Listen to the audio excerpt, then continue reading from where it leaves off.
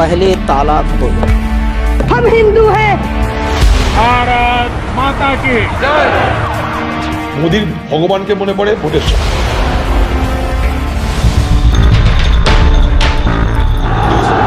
मक्का के उस मंदिर को भी लेना होगा।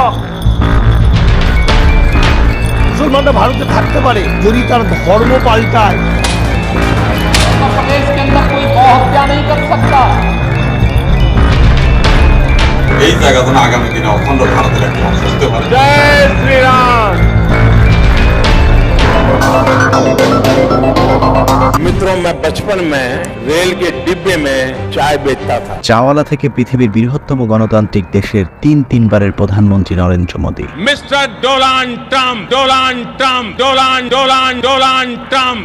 ডোনাল্ড ট্রাম্পের নাম ভালোভাবে উচ্চারণ করতে না পারা চাওয়ালার ভারতের প্রধানমন্ত্রী হতে কোনো যোগ্যতা লাগেনি। শুধু ধর্মকে পুঁজি করেই তিনি তিনবার বাগিয়ে নিয়েছেন দিল্লির মসনদ। जय श्री राम, जय श्री राम, जय जय श्री राम, जय जय श्री राम। মোদীজির ফেসবুক পেজ থেকে যদি একটু ঘুরে আসেন তাহলে কিছুক্ষণের জন্য আপনাকে দ্বিধাদ্বন্দ্বে ভুগতে হবে। বুঝে উঠতে কঠিন হবে এটা কোনো রাজনীতিবিদের ফেসবুক পেজ নাকি ধর্মীয় গরুর অনলাইনে ধর্মযুদ্ধ চলছে। কখনো গরুর দুই ঠ্যাঙের চিপায়, কখনো হনুমানের চিপায় ঝোপ ঝাড় বন জঙ্গল, এমনকি পানির নিচে গিয়েও চলছে ভক্তদেরকে বলদ বানাবার প্রতিযোগিতা। समुद्र के भीतर द्वारिका जी के दर्शन कर रहा था। সবশেষ লোকসভা নির্বাচনের শেষ ধাপের আগেও দুদিনের ধ্যানে বসেছিলেন নরেন্দ্র মোদী। ভারতের লোকসভা নির্বাচনের শেষ ধাপের ভোট গ্রহণের আগে ধ্যানে বসলেন প্রধানমন্ত্রী নরেন্দ্র মোদী। সবসময় ভোটের সময় দেখবেন ধ্যান করতে ইচ্ছা করে।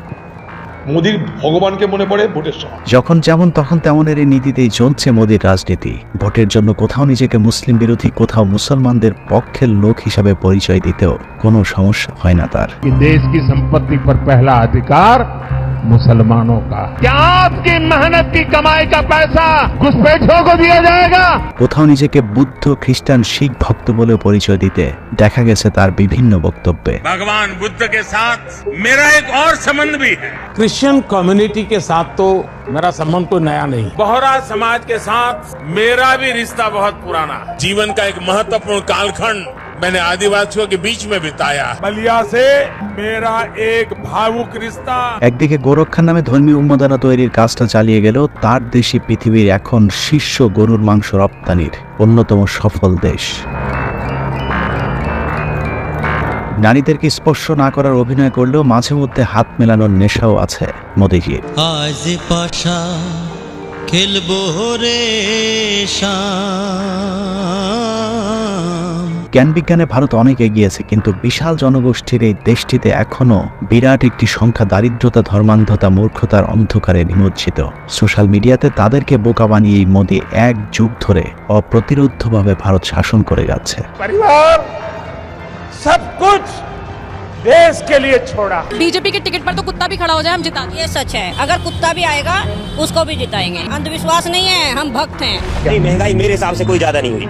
अब मैं 10 साल से बनियान नहीं पहन रहा, देखो आप। और मोदी जी भारत के लिए भगवान का वरदान बन के भगवान नहीं, मनुष्य के रूप में नरेंद्र मोदी जी के रूप में अवतार लिया। मोदी जी के रूप में श्री रामचंद्र ने जन्म लिया है। मोदी जी है ना साक्षात भगवान महाकाल जी का अवतार है। वाह मोदी जी वाह। রাজনীতি, অর্থনীতি, ধর্ম কিংবা জাতিগত সম্প্রীতি, আঞ্চলিক প্রভাব থেকে বিশ্ব নেতৃত্বের মঞ্চেও নিকট অতীতের সবচেয়ে দুর্বলতম অবস্থানে রয়েছে বর্তমান ভারত। এই তো বছর তিনেক আগেও চীনা সেনাবাহিনীর কাছে 58,000 বর্গ কিলোমিটার জমি হারিয়েছে দেশটি। স্বাধীনতার পর এত বড় দখলের মুখে কখনোই পড়তে হয়নি দেশটিকে। China has taken away people's land in the area and this has triggered clearly a massive political slugfest. মোদীর বিজেপি সরকার অবশ্য ভারতের ভূমি দখলের বিষয়টি প্রথমে স্বীকার করেনি, যদিও পরে তারা মাত্র 38,000 বর্গ কিলোমিটার জমি দখলের বিষয়টি স্বীকার করেছিল।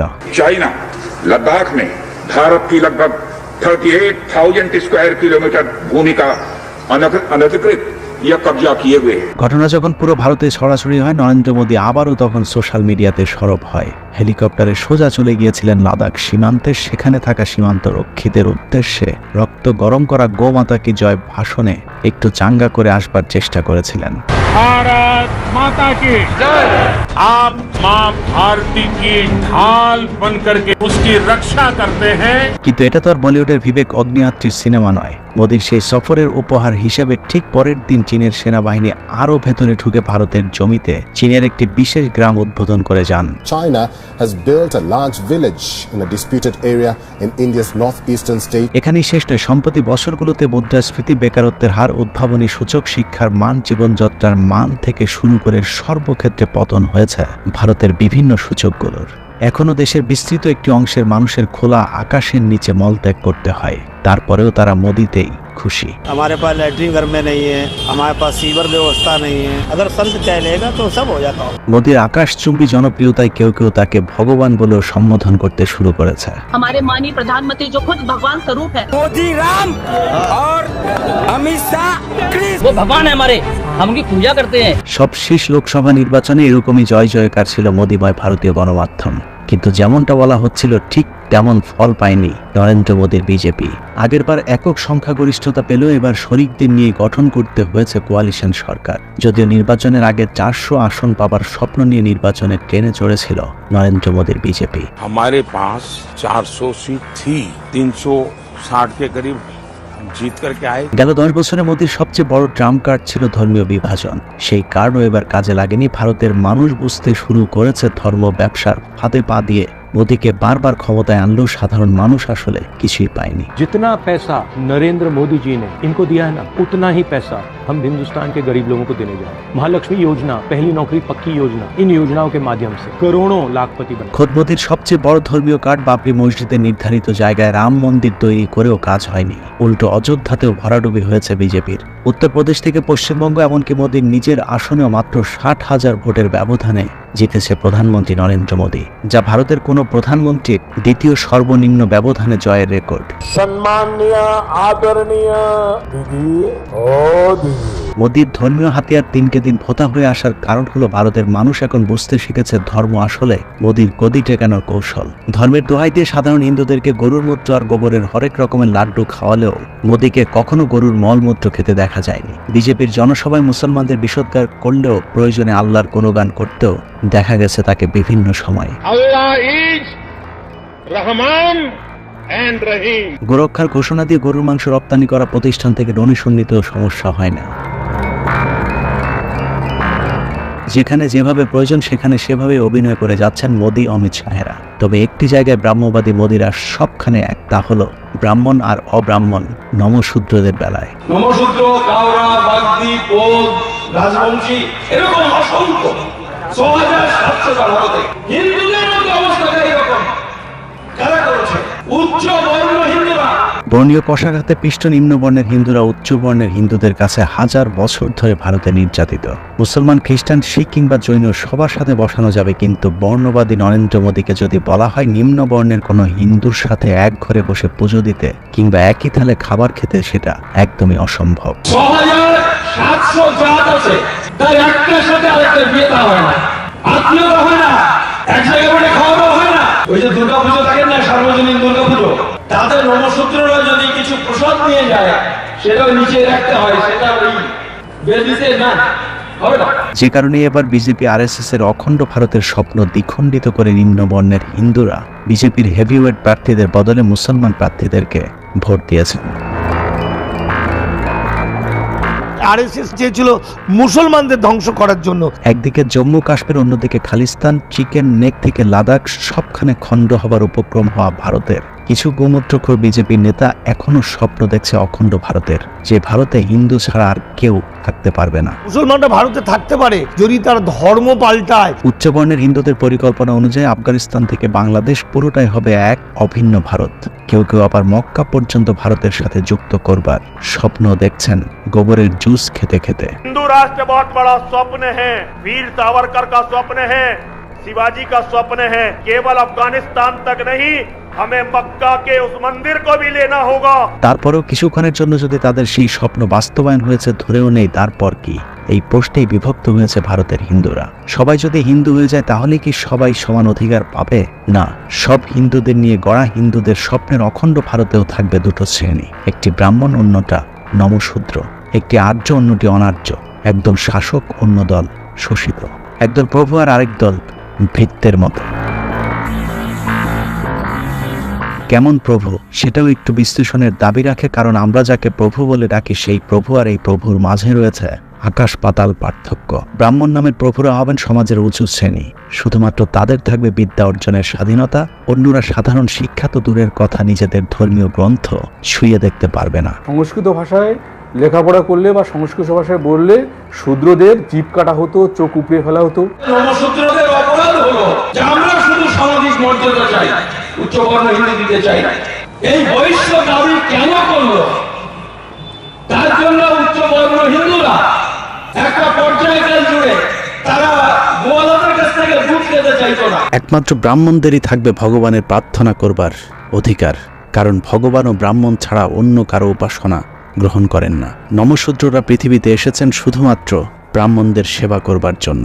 সারাদিন কাজ করবে, কিন্তু তাদের সম্পদ অর্জনের কোনো অধিকার থাকবে না। শূদ্ররা যদি কখনো কোনো কারণে কোনো ধন সঞ্চয় করে থাকেন, তবে সে ধন ব্রাহ্মণরা যে কোনো সময় তার কাছ থেকে কেড়ে নিতে পারেন। এখানেই শেষ নয়, নমশূদ্রদের কেউ কোনো নারীকে বিয়ে করতে চাইলে ওই নারীকে প্রথমে ব্রাহ্মণের কাছে রেখে আসতে হবে। ব্রাহ্মণের কাছে পবিত্র হবার পর ব্রাহ্মণ যদি খুশি হন তাহলে তাকে রেখেও দিতে পারবেন, আবার চাইলে নমশূদ্রের কাছে ফেরত দিতে পারবেন। বেদের মুনি ঋষিরা কন্যাকে পর্যন্ত বিয়ে করতেন। বশিষ্ঠ বিয়ে করেন নিজের কন্যা শত্রুপাকে, জন্মুমুনি বিয়ে করেন কন্যা জাহ্নবীকে, স্বয়ং দেবরাজ ইন্দ্র বিয়ে করেন কন্যা উষাকে। এতক্ষণ যা শুনলেন তা শুনে নিশ্চয়ই আপনাদের আজগুবি গল্পের মতো মনে হচ্ছে, অথবা মনে করতে পারেন আমার পছন্দের কিছু হিন্দু ধর্মের মানুষের বক্তব্য হয়তো বেছে বেছে প্রচার করছে।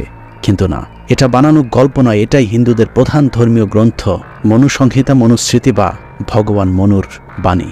হিন্দু ধর্মকে ছোট করবার জন্য নয়, বরং হিন্দুদের ধর্মীয় গ্রন্থ অনুযায়ী তাদের ধর্মীয় গুরুদের বিশ্লেষণ শুনলেই বুঝতে পারবেন যদি হিন্দুত্ববাদকে প্রতিহত করা না যায় তাহলে কতটা ভয়ঙ্কর অবস্থা অপেক্ষা করছে আমাদের সামনে। রামায়ণ মহাভারতের সীতা দ্রৌপদী এরা অজনী সন্তান।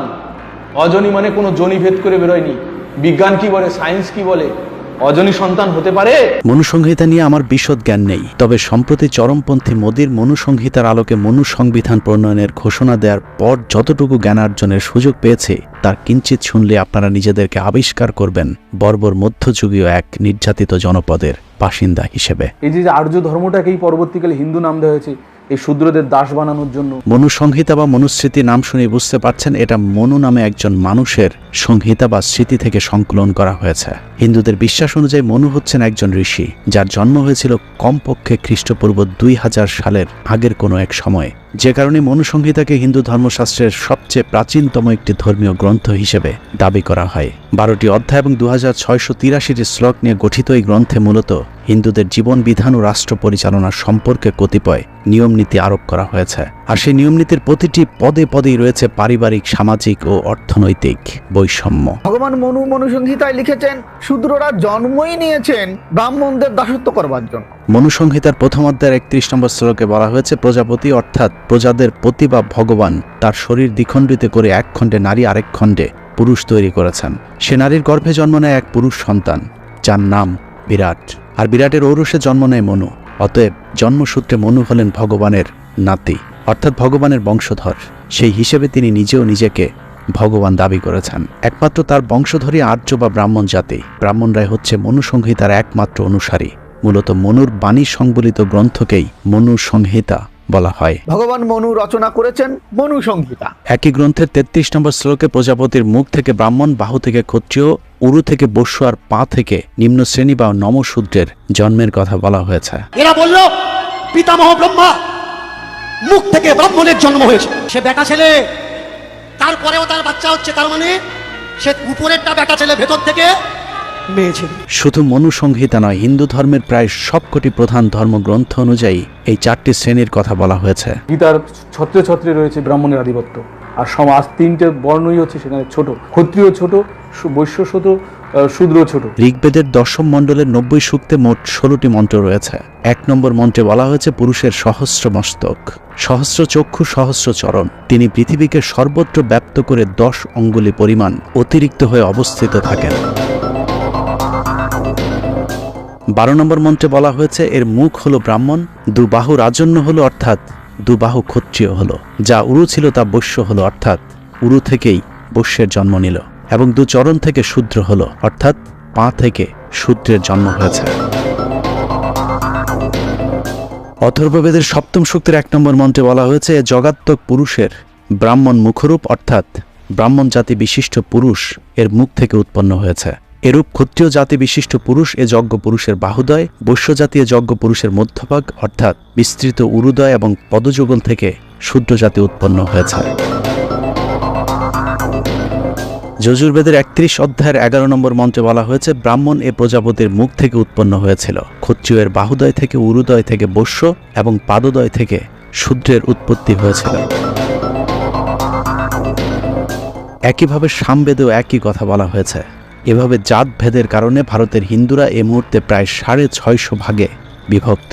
এরই মধ্যে শিখ কিংবা মতুয়াদের মতো স্বতন্ত্র কিছু ধর্মীয় জনগোষ্ঠীও তৈরি হয়েছে, যারা নিজেদেরকে হিন্দু বলে পরিচয় দিতেও নারাজ। বৌদ্ধ ধর্ম, খ্রিস্টান ধর্ম, মুসলমান ধর্মের মতো একটা স্বতন্ত্র ধর্ম মতুয়া ধর্ম। পুরোহিততন্ত্রের যে অপকৌশল এবং যে ব্যবসা, সেইটা আমাদের ধর্মের মধ্যে নাই। মানুষের কোনো ভেদাভেদ নাই। ওই যাগযজ্ঞ পূজা পার্বণ বাদ দাও, মানুষের ভক্তি করো, মানুষের পূজা করো, মা বাবাকে ভক্তি করো। এর জন্য অবশ্য তাদেরকে মূল্য দিতে হয়েছে।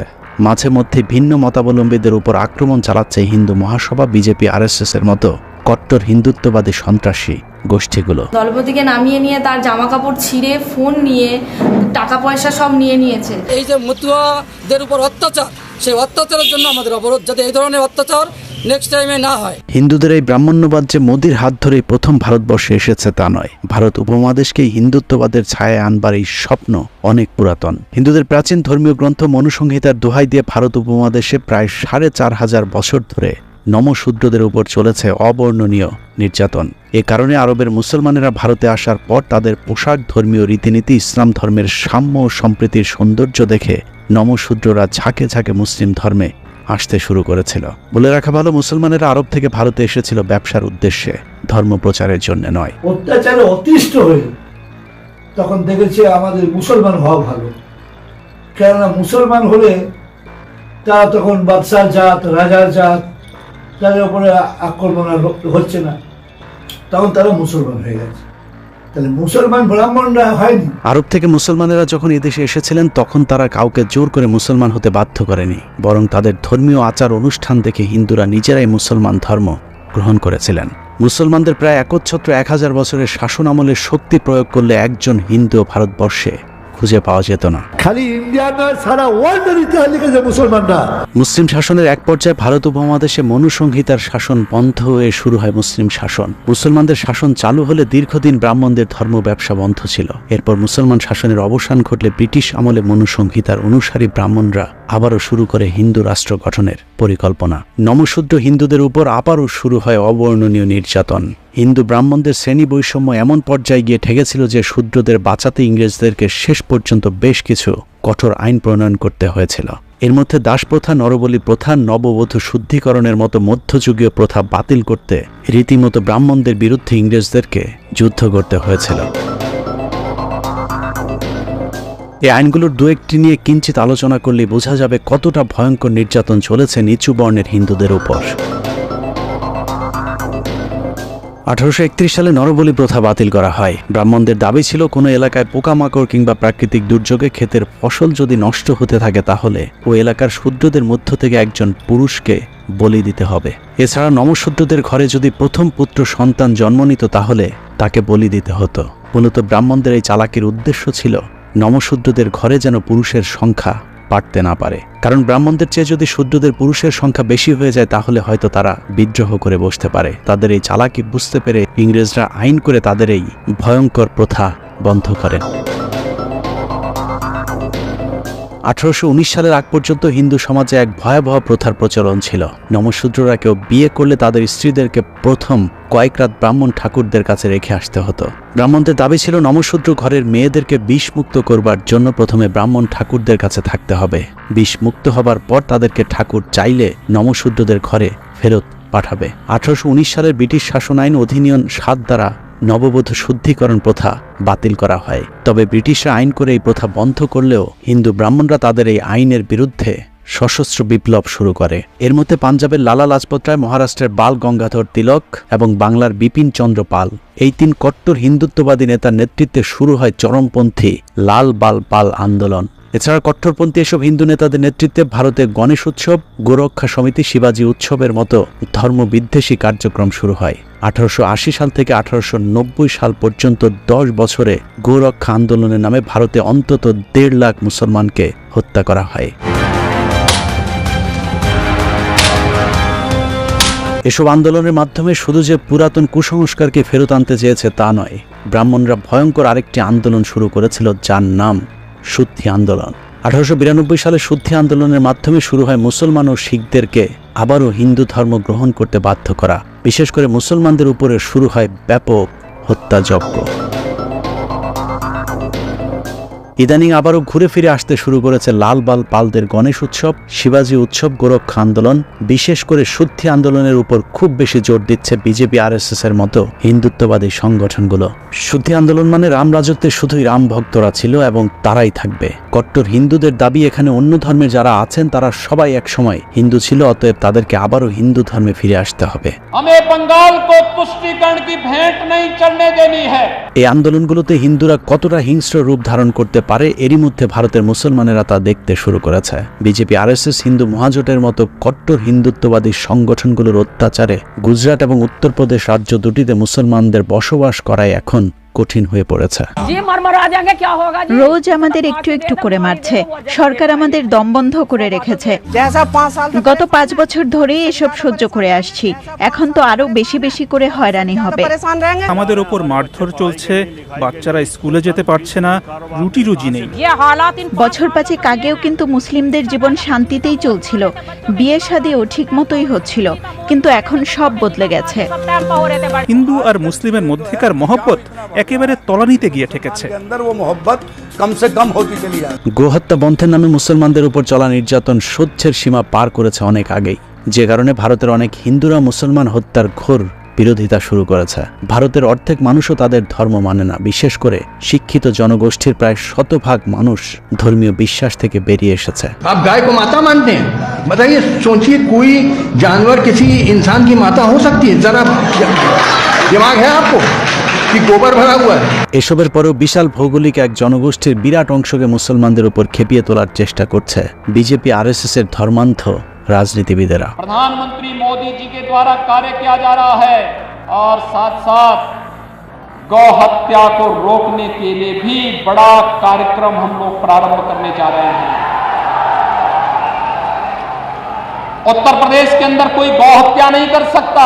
যোগী মোদীদের ভারত এখন ধর্মান্ধদের পূর্ণভূমি। এদের ধর্ম ব্যবসার কারণে ভারতের নতুন করে মাথা চারা দিয়ে উঠেছে গোমাতার সন্তানেরা। করোনায় কাঁপছে দেশ, আর এই পরিস্থিতিতে আজব দাওয়াই হিন্দু মহাসভা। হিন্দু মহাসভার দাবি, গোমূত্র খেলে ঠেকানো যাবে করোনা। আর তাই দিল্লিতে হিন্দু মহাসভা আয়োজন করেছিল গোমূত্র পার্টি। কর্ণাটক বিধানসভায় পাশ হয়েছে বিতর্কিত গরু জবাই বিরোধী প্রস্তাব। গবাদি পশু জবাই রোধ ও সুরক্ষা প্রস্তাব 2020-এ কর্ণাটক রাজ্যে গরু জবাই সম্পূর্ণভাবে নিষিদ্ধ করা হয়েছে। ভারতের সেই গোমাতার সন্তানেরা এখন বাংলাদেশকেও সংক্রামিত করতে শুরু করেছে।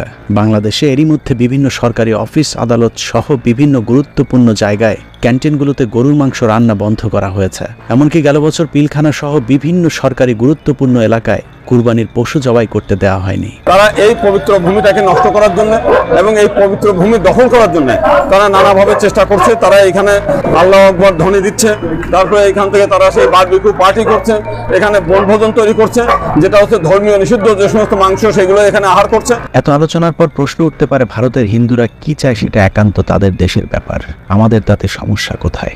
ভারতের কোনো মানুষ যদি গোবরের বিস্কুট, সন্দেশ কিংবা গোবর দিয়ে পেঁয়াজু বানিয়ে খায়, আমাদের কোনো সমস্যা নেই। আমাদের সমস্যা হলো অখণ্ড ভারতের স্বপ্ন দেখা ভারতীয় গোমূত্র বাহিনীর সমর্থকেরা বাংলাদেশে বসেও অখণ্ড ভারতের স্বপ্ন দেখছে। বাংলা ভূমি, এই বাংলা একটা পবিত্র ভূমি, তো সেই জায়গাটুকু আমরা ছেড়ে যেতে চাই না। এই জায়গা যেন আগামী দিনে অখণ্ড ভারতের একটি অংশ হতে পারে, সেই জন্য আমাদের প্রার্থনা, এবং সেই প্রার্থনাটা পূরণ করতে পারে বিজেপি গভর্নমেন্ট। মজার বিষয় হলো, মোনাজাতে নেতৃত্ব দেওয়া গোবিন্দ প্রামাণিক নিজেও একজন নিম্নবর্ণের হিন্দু। এখন প্রশ্ন হলো, গোবিন্দ প্রামাণিক যে অখণ্ড ভারতের স্বপ্ন দেখছেন, সেই অখণ্ড ভারতে গোবিন্দ প্রামাণিক নরেন্দ্র মোদীর বাসায় যে ঠাকুর ঘরটি আছে, সেই ঠাকুর ঘরে গিয়ে কি পুজো দিতে পারবেন? গোবিন্দের দেয়া প্রসাদকে একজন ব্রাহ্মণের বাড়ির ঠাকুরের সামনে রাখা যাবে? উত্তরটি যদি না হয় তাহলে কিসের অখণ্ড ভারত? বরং অপেক্ষা করুন খণ্ড খণ্ড ভাগে বিভক্ত ভারতের এক ভয়ঙ্কর মানচিত্র দেখবার। জেলখানার 4 দেয়ালে বন্দী থেকেও এবারে নির্বাচনে জয়ী হয়েছেন ভারতের পাঞ্জাব রাজ্যের স্বঘোষিত খালিস্তানি নেতা অমৃতপাল সিং। खालिस्तान एक ऐसा शब्द जो भारत में एक सेकंड पार्टीशन करवा सकता है। पीसफुल तरीके से हम एडवोकेट करेंगे कि हमारा एक अलग से मुल्क हो और हम आज़ादी चाहते हैं पीसफुल तरीके से। বাংলাদেশে বসেও যারা অখণ্ড ভারতের স্বপ্ন দেখছেন তাদেরকে বলবো সাম্প্রদায়িক সম্প্রীতি বজায় রাখুন। হিন্দু মুসলিম খ্রিস্টান সকলে মিলেই এই দেশ স্বাধীন করেছিল, অতএব এই দেশটি সবার। আমরা চাই বাংলাদেশে হিন্দু মুসলমান খ্রিস্টান সকল ধর্মের মানুষ সমান অধিকার নিয়ে বসবাস করবেন। আল্লাহ হাফেজ।